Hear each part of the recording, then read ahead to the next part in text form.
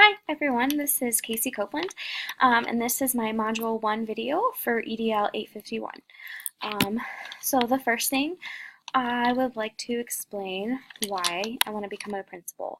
I think the biggest thing is I don't really want to become a principal, I definitely want to become an instructional coach. I don't know if I have the patience to be a principal.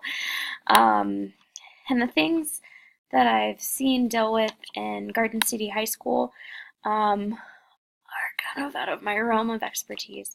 But I would love to be a principal at my hometown in Buckland, Kansas. It's a small school, and I think it would be great to have that kind of atmosphere, that close-knit community, where teachers are able to have students for 4 years and to see so many and just have that opportunity to do that. I don't know if I would like being a principal at a big school.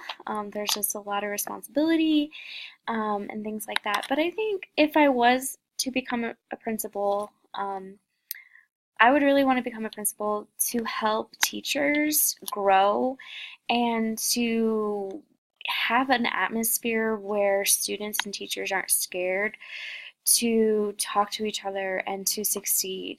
I don't want them to feel like school is just something that I have to be here for and I just have to be here and that's it.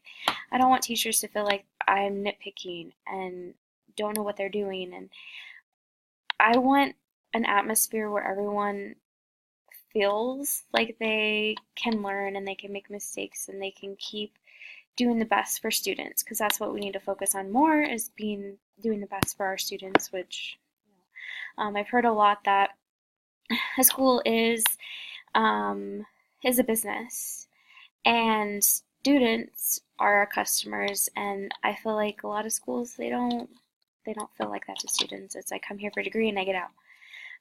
Some of them don't even do that. And so I feel like being a principal, I could help bring that atmosphere back where teachers aren't scared um, to feel like they can make mistakes and they can try new things. And it's always a growing process. It's not stagnant. So I definitely feel like that'd be a great thing for me to bring if I became and why I would want to become a principal. Instructional leaders, I always love to learn, and so I would love to be an instructional leader more than a principal, just because I love to learn always, and I love to help others learn as well. Less discipline issues, the amount of discipline around here. My personal experience is supervisor responsibilities. I think I have been a supervisor in almost every job that I've had. And I guess not growing like in high school. When I got to college, my first job in Manhattan, so I went to K-State, was at Village Inn. Within 6 months, I was a shift trainer and I was training other servers and cooks and different things, and so that was like my first kind of manager job. And then when I started working at Verizon, I very quickly became one of the top sellers and was kind of helping people come in, different things. I didn't technically have the supervisor title, but I was definitely one of the most knowledgeable. After that, I worked at Justice, which is like clothing for little kids, and I was an assistant manager. That was kind of my first real management job, where I was taking care of the store and doing different things like that. So I was training new employees. I was closing down at night. I was in charge of like the issues that would come up, the customer service, and just monitoring and delegating tasks. I think I was one of the worst at delegating tasks because I could do it better myself.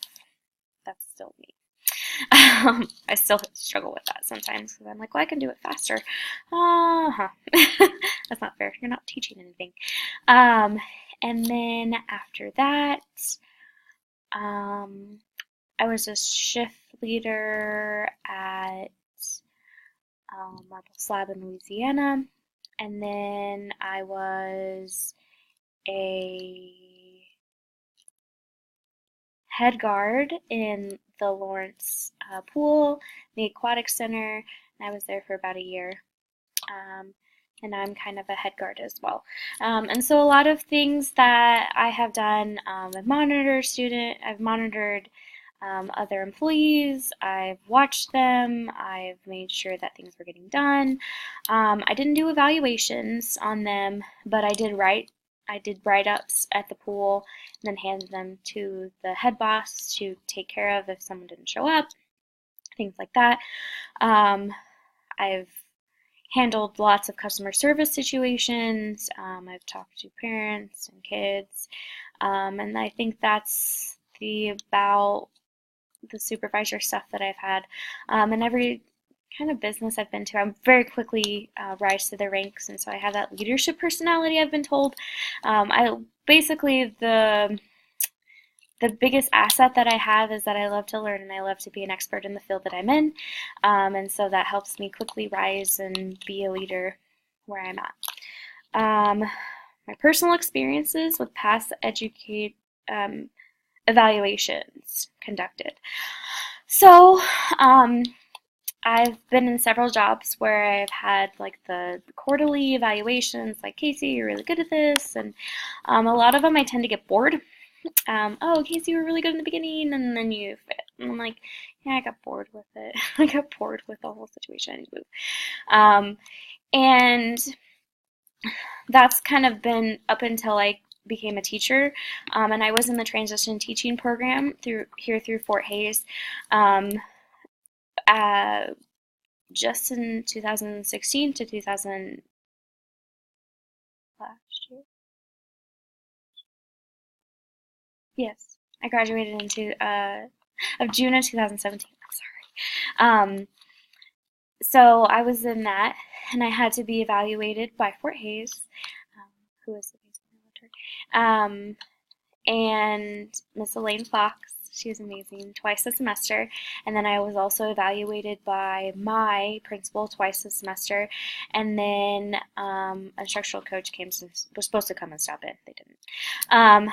So four times a semester when I started the program. And I liked the evaluations Miss Fox did much more than the principals did, because the principals, they definitely had a clear checklist in mind, and if they didn't see it, you didn't get a check.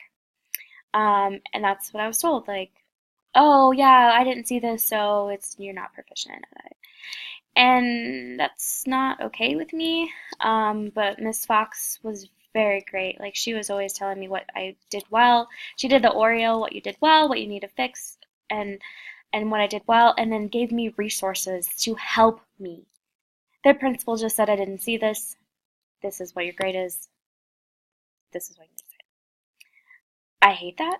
I love evaluations where I'm told what I'm doing well, what I can fix, and the resources I need to find to fix the things I need to fix.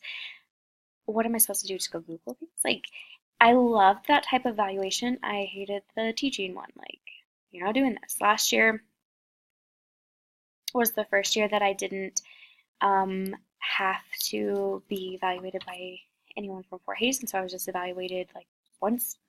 Like, the principal came in twice the entire year, and had I don't know, she was telling me how I should run my classroom, and I was not okay with that, because she didn't know my classroom from coming in twice a year. And so that type of evaluation makes me very angry. And so I think that, especially when I was thinking of this, all I could think of was the great evaluations that I've had that tell me what strengths are, and then what I could work on. And then the ones that are like, not proficient, I didn't see this. This is how you should run your classroom, even though I've been in here twice. And I'm not okay with that. And so I think that in a leadership role, I now understand what I need to do. I'm a coach, a forensics coach, and so when I'm evaluating students for their stuff, I tell them great things, I tell them bad things, I tell them good things, and then I tell them what they can do to fix it. I tell them where they can go, what they can look at. Otherwise, you're only going to remember it I don't even remember what I was not proficient at. I just remember that I wasn't not proficient in one because she said she didn't see it. But on the other side, I wasn't good at classroom management for Miss Fox, so she gave me a book on classroom management, and I remember that. That's the type of evaluations that I would like to perform. So it's great to meet all of you, and I look forward to class.